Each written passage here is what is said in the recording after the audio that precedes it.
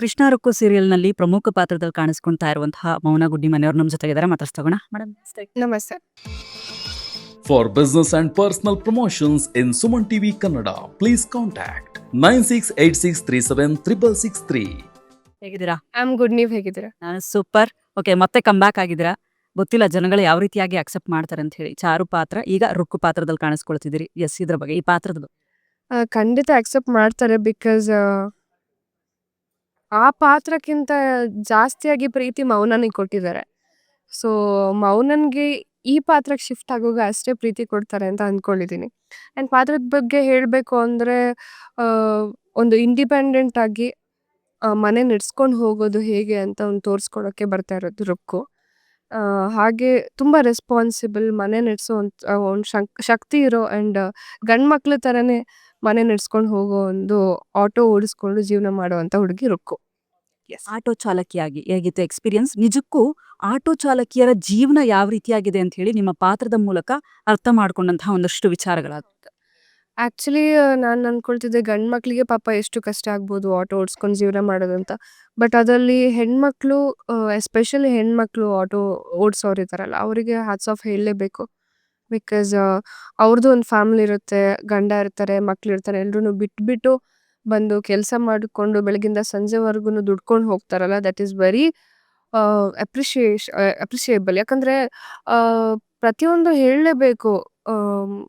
ಕೋಲಿಗಳು ಬರ್ತಾರೆ, ಕುಡ್ಕೊಂಡು ಬರ್ತಾರೆ, ಆ್ಯಂಡ್ ಯಾರ್ಯಾರೋ ಬರ್ತಾರೆ, ಗೇಲಿ ಮಾಡ್ತಾರೆ. ಇವಾಗ ಹೆಣ್ಮಕ್ಳು ಬಂದರೆ ಓಕೆ ಫೈನ್. ಬಟ್ ಏನೇನೋ ಎಕ್ಸ್ಪೀರಿಯನ್ಸ್ ಮಾಡಬೇಕಾಗತ್ತೆ. ಇವಾಗ ನಾವು ಆರ್ಟಿಸ್ಟ್ಗಳು ನಾವು ಅದನ್ನೆಲ್ಲ ಎಕ್ಸ್ಪೀರಿಯನ್ಸ್ ಮಾಡಲ್ಲ, ನಮ್ಗೆ ಅಂಥದ್ದೆಲ್ಲ ನಡೆಯೋದಿಲ್ಲ. ಬಟ್ ನಿಜವಾಗ್ಲೂ ಆ ಥರ ಚಾಲಕಿಯರು ಇರ್ತಾರಲ್ಲ, ಅವ್ರಿಗೆಲ್ಲ ಹ್ಯಾಟ್ಸ್ ಆಫ್ ಹೇಳಲೇಬೇಕು. And more power to you guys. ತುಂಬ ಕಷ್ಟ, ಯಾಕಂದರೆ ಕೈ ನೋವು ಬರುತ್ತೆ, ಬೆನ್ನೋವು ಬರುತ್ತೆ. ಪಾಪ ಅವ್ರ ಮನೆಗೆ ಹೋಗಿ ಮತ್ತೆ ಮನೆ ಕೆಲಸ ಮಾಡಬೇಕಾಗಿರುತ್ತೆ. ಅದು ಸಿಂಪಲ್ ವಿಷಯ ಅಲ್ಲ. ನನಗೆ ಒಂದಿನದಲ್ಲೇ ಎಕ್ಸ್ಪೀರಿಯನ್ಸ್ ಆಯಿತು. ಬಟ್ ನೀವು ಜೀವನನೇ ನಿಮ್ದು ಅದಾಗಿರುತ್ತೆ. ಸೊ ರಿಯಲಿ ಅಷ್ಟೇ.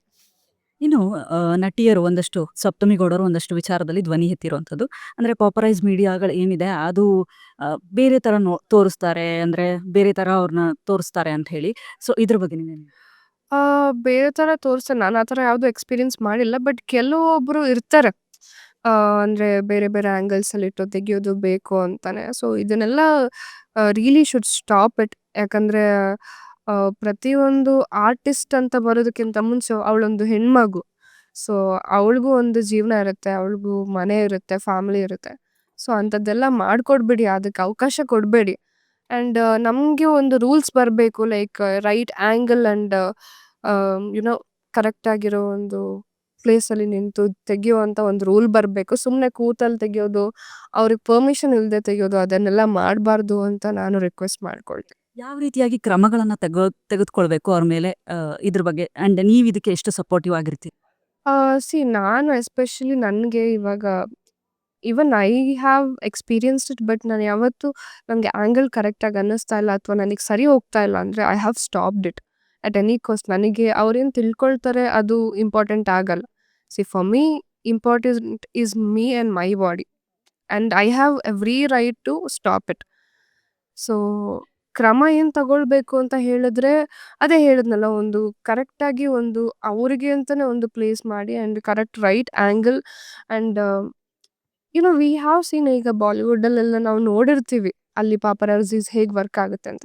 ಸೊ ಅದೇ ರೂಲ್ನ ಇಲ್ಲಿ ತಗೊಂಡು ಬಂದರೆ it will be more helpful and better. ಇನ್ನು ಇದರಲ್ಲಿ ಸೊಸೆ ಆಗಿದ್ದೀರಾ ಆಲ್ರೆಡಿ? ಇಲ್ಲ ಆಗಲಿಲ್ಲ. ಇನ್ನು ನನಗೂ ಗೊತ್ತಿಲ್ಲ ಯಾಕೆ ಆಗ್ತೀನಿ ಅಂತ. ಸೊಸೆಯಾಗಿ ಬಂದಿದ್ದೀರಾ ಅಲ್ಲಿ ಚಾರು? ಹೌದೌದು, ಬೆಸ್ಟ್ ಸೊಸೆ ಆಗಿದ್ದೀನಿ. ಬೆಸ್ಟ್ ಸೊಸೆ ಆಗಿದ್ದೀರಾ. ಬಟ್ ಇನ್ನೊಂದು ಪ್ರಶ್ನೆ ಮೌನ, ನಿಜಕ್ಕೂ ಕೂಡ ನಿಜ ಜೀವನದಲ್ಲಿ ಆ ಪಾತ್ರದಲ್ಲಿ ಸೊಸೆ ಜವಾಬ್ದಾರಿ ನಿಭಾಯಿಸೋಷ್ಟು ನಿಜ ಜೀವನದಲ್ಲೂ ಇರುತ್ತೆ ಅಂತ ಅನ್ಸುತ್ತಾ ನಿಮಗೆ? ಯಾಕಂದ್ರೆ ನನಗೆ ನೋಡಿದಾಗ ಅನ್ಸುತ್ತೆ ಇದೆಲ್ಲ ನಿಜವಾಗ್ಲೂ ಸೊಸೆಯವ್ರಿಗೆ ಹಿಂಗೆ ಟ್ರೀಟ್ ಇರುತ್ತಾ ಅಂತ. ಆ್ಯಕ್ಚುಲಿ ನಾನು ತುಂಬ ಒಳ್ಳೆ ಹುಡುಗಿ. ಸೊ ಒಳ್ಳೆ ಅತ್ತೆ ಮಾವ ಸಿಕ್ಕಿದ್ರೆ ಒಳ್ಳೆ ಸೊಸೆ ಆಗಿರ್ತೀನಿ. ಎಸ್. ಏನು ಕ್ವಾಲಿಟೀಸ್ ಇರ್ಬೇಕು ಕೊನೆಗೆ? ಏನಿಲ್ಲ, ಒಳ್ಳೆ ಫ್ಯಾಮಿಲಿ ಸಿಗ್ಲಿ, ನನ್ನ ಅಪ್ಪ ಅಮ್ಮನ ಥರ ನೋಡ್ಕೊಳ್ಳೋ ಅತ್ತೆ ಮಾವ ಸಿಕ್ಕಿದ್ರೆ ನಾನು ತುಂಬ ಚೆನ್ನಾಗಿರ್ತೀನಿ. ಹಾಂ, ಇರಲಿ, ನೋಡೋಣ. ಕೊಡಗಿನ ಹುಡುಗ ಸಿಕ್ಕಿದ್ರೆ ಇನ್ನೂ ಖುಷಿ. ಬಟ್ ಒಳ್ಳೆ ಹುಡುಗ ಸಿಗಲಿ ಅಷ್ಟೆ. Yes, thank you.